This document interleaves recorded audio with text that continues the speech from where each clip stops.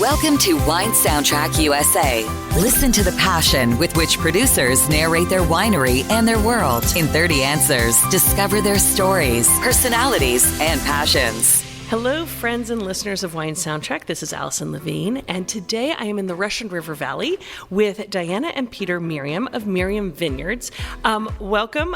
Two people, Peter, Diana, welcome, and tell us about Merriam Vineyards and where we are. We are located in the Russian River Valley. We're on the easternmost side of the Russian River Valley, and that gives us the opportunity to grow a number of different varietals here on the eastern edge of the Russian River Valley. Cabernet to Pinot Noir, Chardonnay. It's a great area. We loved it when we first started coming out here in the mid-'80s, 1980. And this property that we're on here, how many acres is it? On the estate here, it is around 20 acres, 22 acres. And how much of that is planted? All but the building site. So we have 14 acres of vines planted. And do you purchase fruit, or are you 100% estate? We purchased just a little bit. We have some long-term relationships with the Rockpile Cabernet that we get, Malbec, which we get from Alexander Valley. Outside of that, now that we have our own Chardonnay vineyards that came into play last year, those are the only two that we get from outside source. Wow. And what's your total case production? Around 4,000 cases under the Merriam Vineyards label. Okay. And are your wines available exclusively here at the winery, or are you in markets around the country? We have a very small wholesale footprint, which is in the New England area where we're from, so it's easy for me to get out and manage that. But for the most part, no, we're direct to consumer from here in Healdsburg, California. Great. So as you mentioned, you live on the East Coast, if your accents haven't given that away. They will now. They will now. So I'm curious, what are your first memories relevant to wine? Well, I would say having a little wine before, growing up. But I think when we got married, we went to France on our honeymoon, and we spent 2.5 weeks in France traveling around, and that's when we decided we really liked wine. But you had been introduced to it a little bit as a kid? Yeah, well, I'm Greek Orthodox, so I think we drink our wines on Sundays. Yeah, and I was introduced to one of my first, notable glasses of wine from a friend of ours. Well, actually, it's Evan's, our son's godfather. And first had a really good bottle of Cru Pinot Noir, and that was kind of the hook set. And after the little stint in France, during our honeymoon and such, after that, we purchased what we call on the East Coast a package store, which we sold all different kinds of alcoholic beverages, but really focused on quality wines on the East Coast. When we first started, it was mostly European wines, French Burgundy and such, and Diana and I started coming out here in the mid-'80s to find new wines that were going to the East Coast. And we just fell in love with the Healdsburg area and decided to purchase a vineyard in 2000.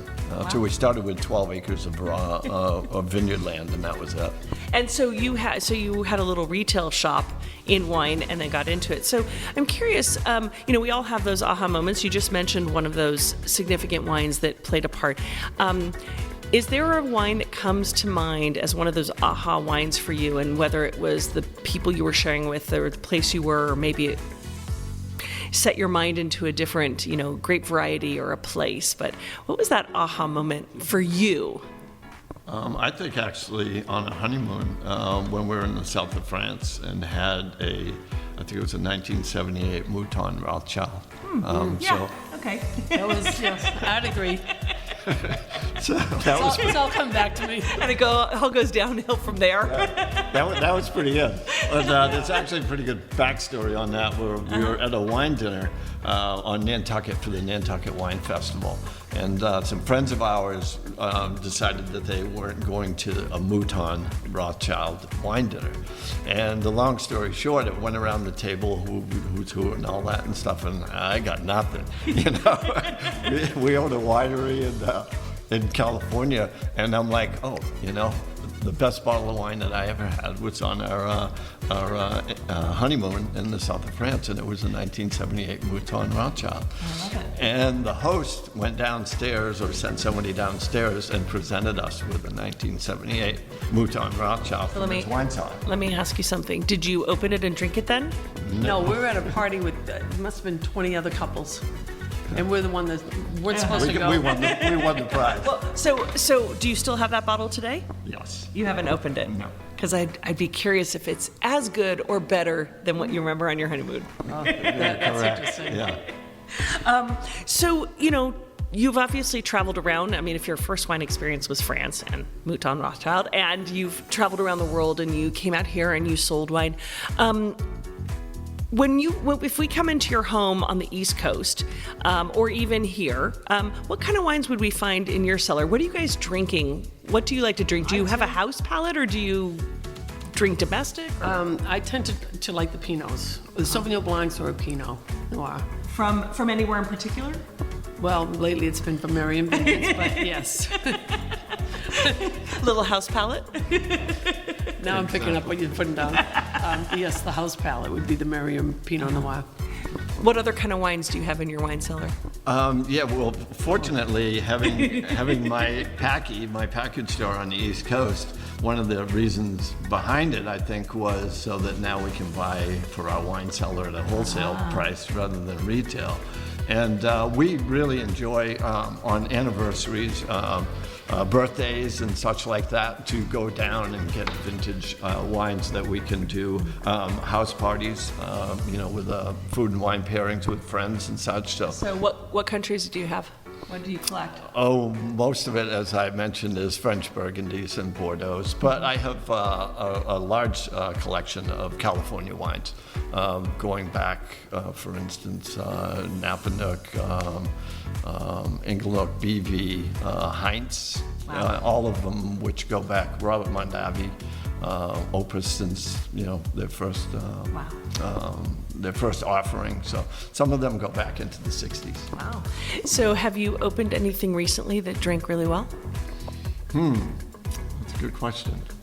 We should. We should. Yeah, you should. I think with all the birthdays. Can we get back to you on that one? Yeah, most recently we have not, dove down in there. So A couple of birthday parties will bring out some. We did bring out some when we were at the barn. Didn't we pull out some good wines then? Just recently? yeah, I can't recall. They were so good you drank them and don't remember. We'll get back to you on that.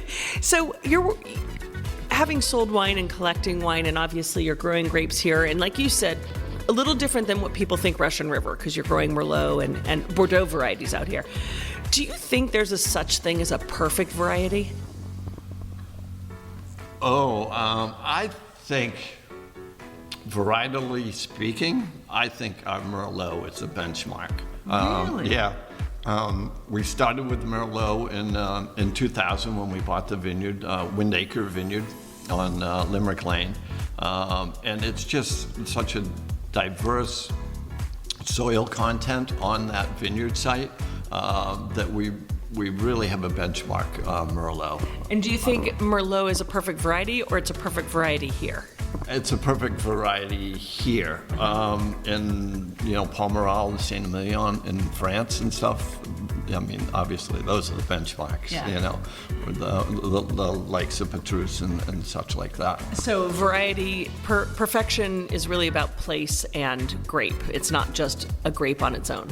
Oh, yeah, definitely. And one of the advantages that we have here and can kind of emulate a little bit of Bordeaux-style wines is the cool climate that we have here on the eastern side of the Russian River Valley, with really nice bright acidity and tannin structure.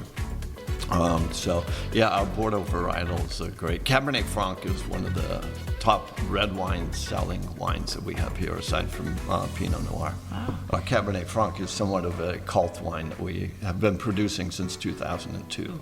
Love a good Cab Franc. So tell me, as wine drinkers, I know that, Diana, you already told me that you're a Sauvignon Blanc and a Pinot Noir fan. Peter, you haven't quite told me what you love, but I know what you collect. But simple question, as a wine drinker, red, white, or rosé?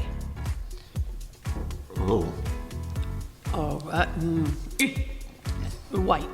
Yeah, mine is red. Pinot Noir is my favorite varietal. Okay. Still or sparkling? Still. Sparkle.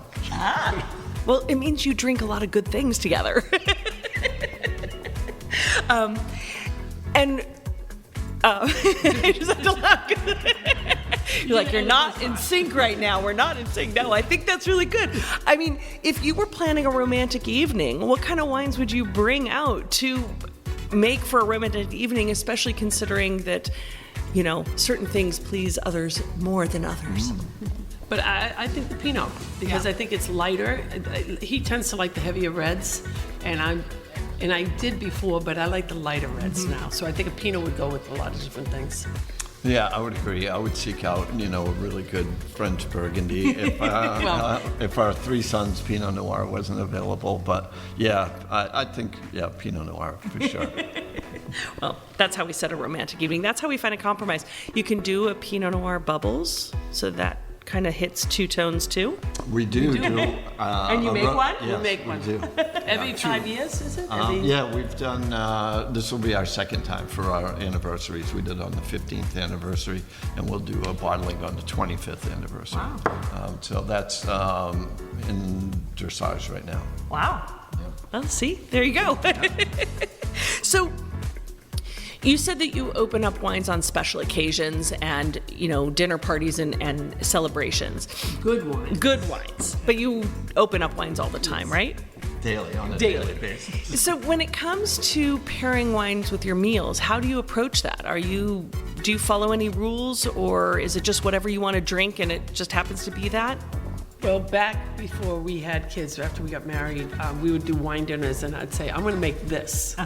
All right, and you decide what you want to serve with it. That's how we started. We started playing around with that because I was like, this is what I'm going to make, and you decide what will go well with it. So you started with the food and went with the wine. And then how did you approach that? Was it just sort of like, I want to drink this, let's try it? Or did you look for certain things?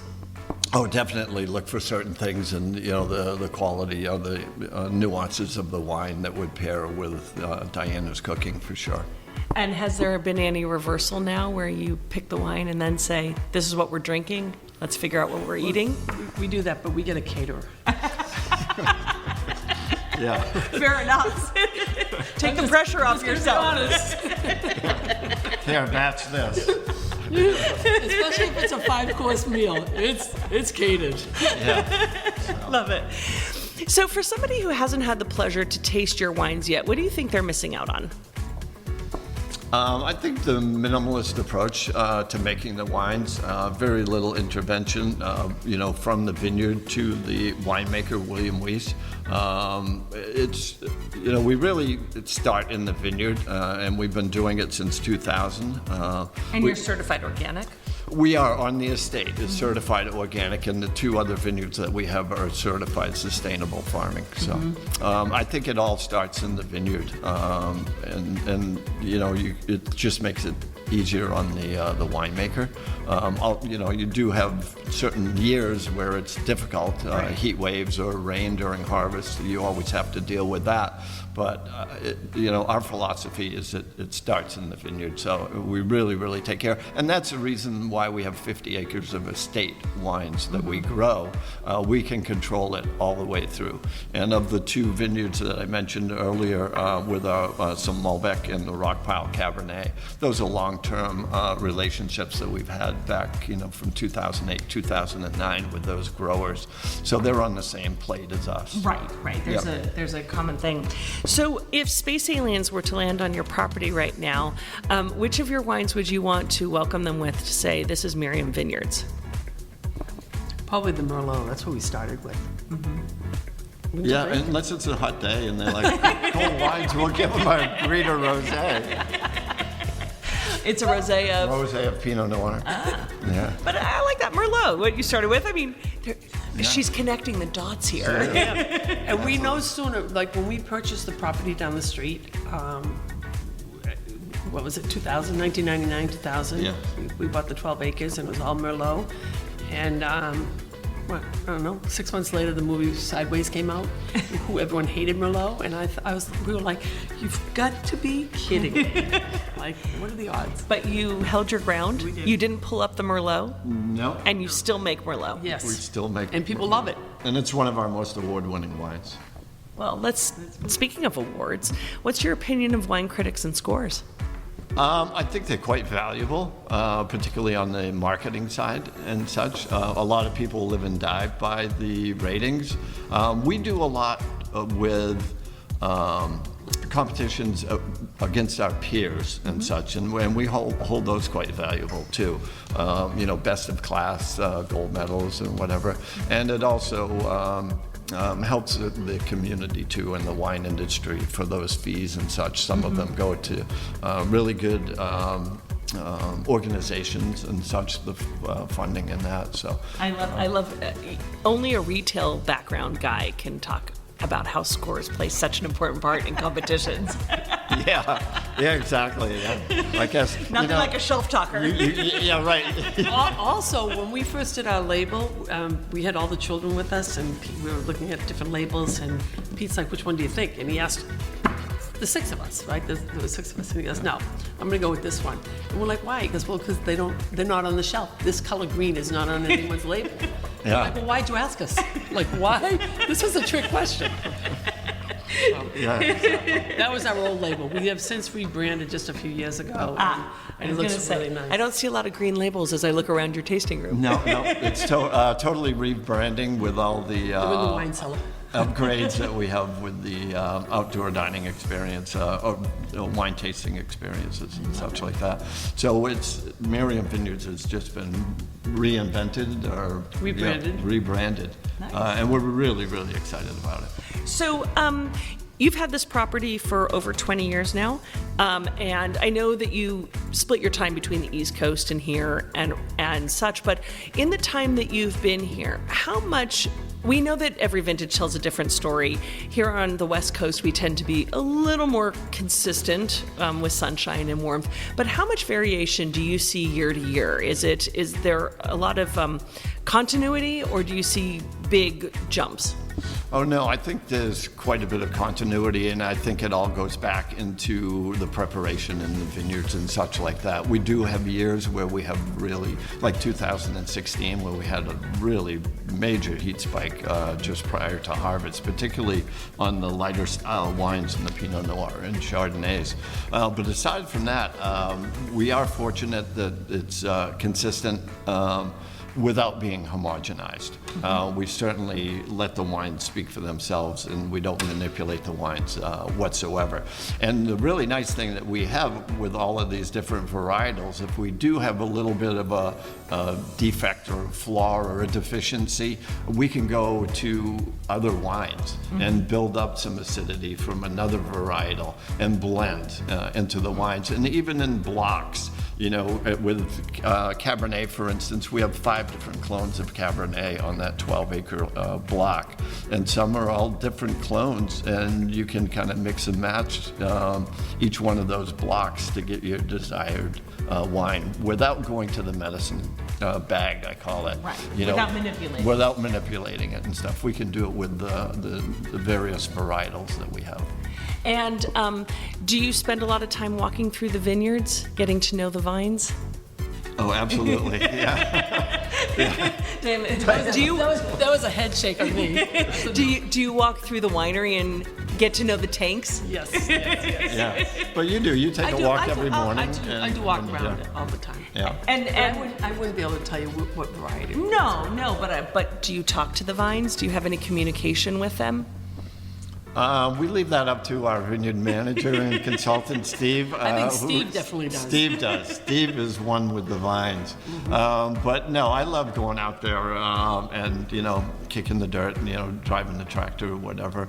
But now that we have 50 acres, it's kind of hard to be in there and do some of the manual work. But I really enjoy coming out here. If I can't be found in the office, I'm out there somewhere in the vineyard. And he's not telling us, but he probably is talking to the vines. Yeah. Have you established any sort of good luck rituals as a winery or as a brand that you do at the start of harvest? No, other than opening up a bottle of champagne when the first lot comes in through the door. I would say that's a tradition. Yeah. Yeah, and then you make the sweatshirts and the T-shirts. Oh, that's right. Yeah. They make a T-shirt that's all, for that harvest. Yeah. Yeah. And whatever, it might be a theme of, when we did a lamb on the rotisserie, our T-shirt that year, one of the interns or whatever, drew up a lamb driving the tractor through the vineyard, that type of thing. So you have a few traditions. We do. There you go. Absolutely. And not to mention that we have Tom Brady on 2 of our roll-up doors in our winery. And for those that don't know, the GOAT, the greatest of all time football quarterback. I know what coast you're from. And what team we play for. Right? Yeah. A root for. Exactly. Well, speaking of teams, what's your team? Patriots. Patriots. And if the Patriots were to win a Super Bowl or again, yes, they have won. Which of your wines would you want to present to them to celebrate with? Oh, I would think our champagne. All of them. Yeah, all of them. I would think our anniversary champagne is quite special. The Rosé of Pinot Noir, sparkling. It's awesome. Well, I mean, you better get that, discouraged and stuff because, I know your team wins. Yeah, it's Well, we have a new quarterback now. exactly. Mac Jones. It's a Blanc de Noir. It's the proper name for our True Method champagne that we make. And that will be what vintage? The next one? Oh, that will be 2019 would be the vintage on it. No, wait a No, minute. 24. Yeah, but it was harvested in 2 years, so 22. It would be 22 harvest. And 21 to 22 harvest. And it'll come out in 24. Yes, exactly. So when you were both little, what did you want to be when you grew up? Oh my gosh. A mom. And you did it. Yeah. 4 children later. Yeah. We have a wine, it's called Sned. It's the 4 children in the order that they were born in. Stephen, Nicholas, Evan, and Danielle. It's my license plate. And me as a child growing up in the Northeast and stuff, skiing was really big. And the dream would have been, to be on the U.S. ski team or go to the Olympics, none of which happened. But that's okay because, you ended up selling wine and making wine. Yeah, and you always have a nice glass of wine after skiing all day. That's right. So when you're not working, how do you spend your free time? Well, we fish, we bike. We just came back from Nova Scotia biking the Cabot Trail, 185 miles. Wow. Yeah. It was fun. And we fly fish together, we ski, spend time with friends, come out here. Hang out in Maine in the summertime and skiing in the winter. Yeah. So. Where do you ski? We ski, wherever we can. We have 2 of our 4 children live in Jackson Hole, Wyoming, and Park City, Utah, but our home ski area is at Sugarloaf Mountain in Maine. Okay. Very different conditions on the East Coast than the beautiful Midwest. Yeah, so it's great having a couple of children strategically located in ski areas.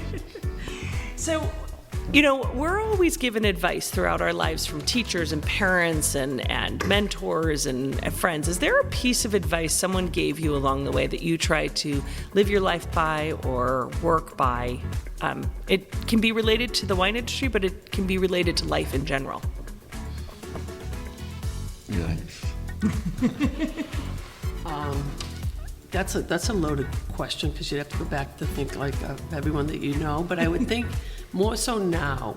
I think that I tend to try and be more present and let the other things lay where they are, so that I think that when we're here in California, and we're back east, we're there, and I think that we're fortunate. We're very blessed to be able to have these two coast places that we go to, but I think it's being more present and being present around the people that you're with. Yeah. And I think perseverance, you got to be patient, particularly in this industry, and you can't pivot that quickly and stuff like that. So you really have to commit to what you're doing, and the stick-to-itness, and follow your passion. So when you look back at your careers, what would you say is one of your proudest achievements to date? And I specify careers because I know that children are the number one, usually someone's proudest achievement. Yeah, I would say for me, obviously my children first and foremost. Our relationship, we've been married 41 years. I also think that the philanthropic work that we're doing now is very important, and I think that that's like a lasting legacy that will resonate to my children later on. And tell me a little bit about that. Right now, I built a library in the village where my grandparents are from, in Kalabaka, Greece, which is like 4 hours north of Athens. And my father did a lot of work there back before he passed away. And so I wanted to give back. So I went back there and I met all my relatives. And over the years, I decided to do something. So I built this library that's half of it's digitized and half of it's printed. We just celebrated our 8th anniversary.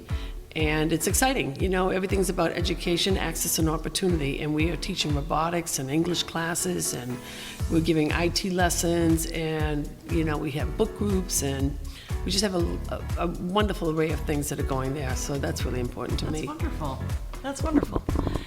Any other achievements? I would say, where we are right now, to be able to build this up, over 24 years to where we are today, and have one of our children or our other children may fall into the wine industry as well. Who knows? But at least one is here. At least one is here, so there is hope for the legacy of Merriam Vineyards, and I think that's just outstanding. To be able to carry on the name that Diana and I first put on the bottle back in 2000.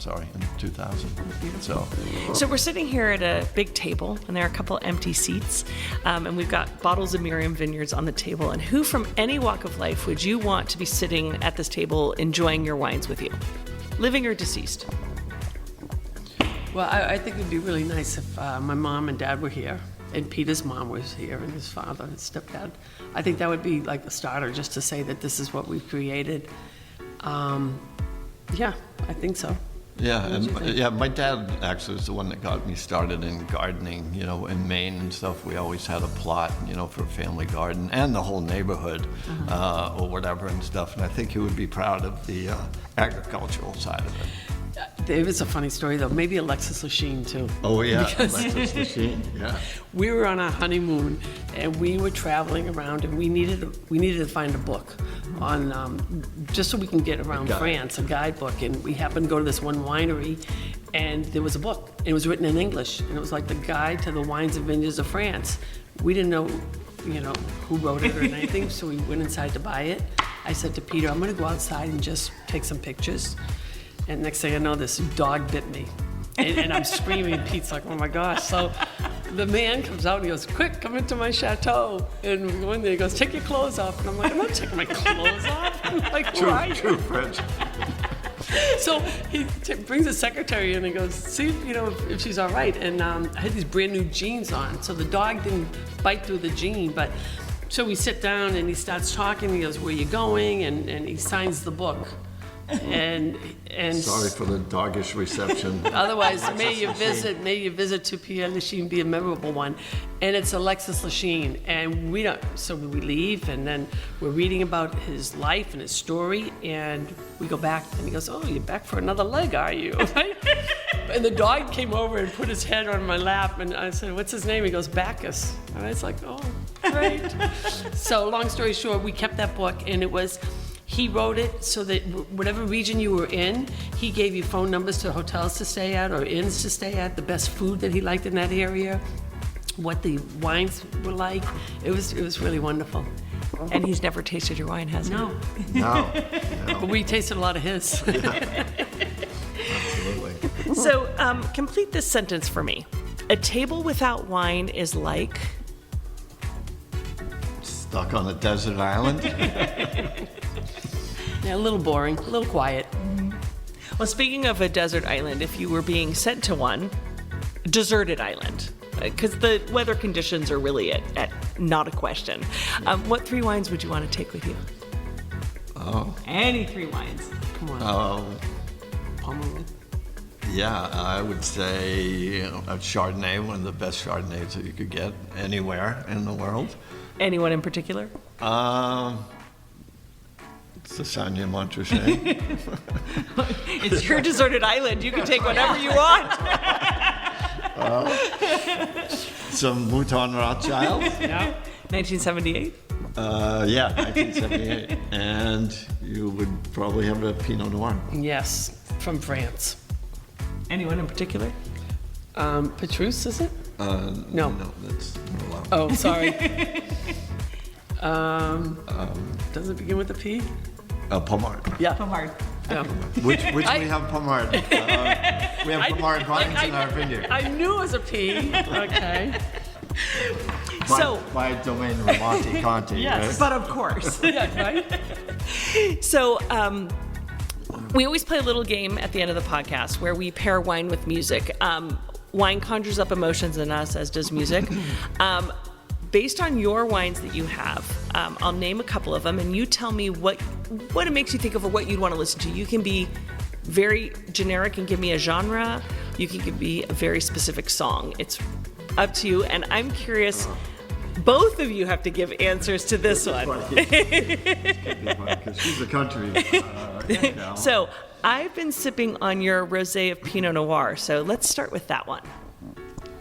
It's very Shania bright Twain. and crisp. You feel like a woman. Oh. Yeesh. Okay, beat She's that going to one. be much better than that I. one. Yeah, that one's hands down. Yeah. You got another song A song? I'm not a big song guy. or a genre, style of music? I think that's like kind of the brass band, really kind of funky, jazzy. There we go, jazz. Okay. Yeah. You said that you make a Sauvignon Blanc? Mm-hmm. So your Sauvignon Blanc.